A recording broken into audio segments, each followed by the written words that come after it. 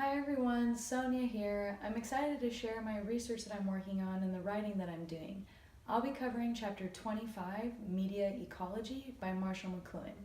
The title of my research paper is Marshall McLuhan, A Voice of the Future.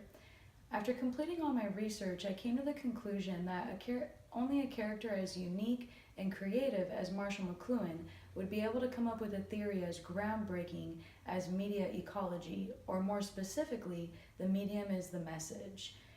We know that his theory is special because it was able to predict our current media environment and the effects of the internet today. In our textbook, it defines media as the generic term for all human-invented technology that extends the range, speed, or channels of our communication. I really like the example from our textbook on page 317. It's actually an excerpt from the Playboy magazine. It's an interview from 1969. The content or messages of any particular medium has about as much importance as the stenciling on the casing of an atomic bomb. I think that's a really great way to illustrate the theory of the medium as the message, where the way that we deliver a message is actually more important than the content itself. The idea of media ecology is that we create media and then that media then shapes us, and we're in this system where media is constantly changing and we're changing with it. McLuhan liked to talk about the everyday experiences of technology. His ideas on the global village, which is a worldwide electronic community, a way for us to all stay in touch with each other, it took us back to a more tribal environment where everybody's business is shared. Sounds a lot like the internet, right? So one of the first sources that I found was by Donald Fishman, Rethinking Marshall McLuhan, Reflections on a Media Theorist. It was published in the Journal of Broadcasting and Electronic Media in 2006, pages 567 to 574. I liked this source because he compares Marshall McLuhan to a public intellect as defined by Robert Posner. He goes on to explain modern intellects that are academics but who respond to market forces in their non-academic role as commentators on society. So he said McLuhan was unique because he was able to transcend his role in the academics to actually make commentary on our society to help us further understand how media was impacting us. He goes on to explain that McLuhan is an academic rebel who did not follow an orthodox outlook or doctrine in his writings. So that was how he was able to really make a name for himself, and his message was more for a general audience.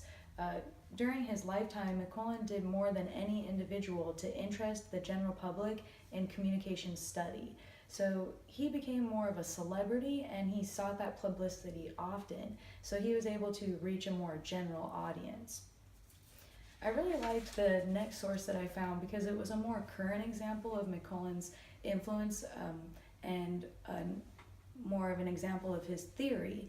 It was by Marie Spaeth, and she writes in her article, Presidential Politics and Public Relations in 2008, Marshall McLuhan 2.0. This was published in Journalism Studies, Volume 10, in June 2009, pages 438 to 443. And I like this example because it talks about Barack Obama and his campaign, and that he was our first celebrity president. I mean, he went viral. He is unique because he announced his campaign on an online video rather than the traditional channels like the press.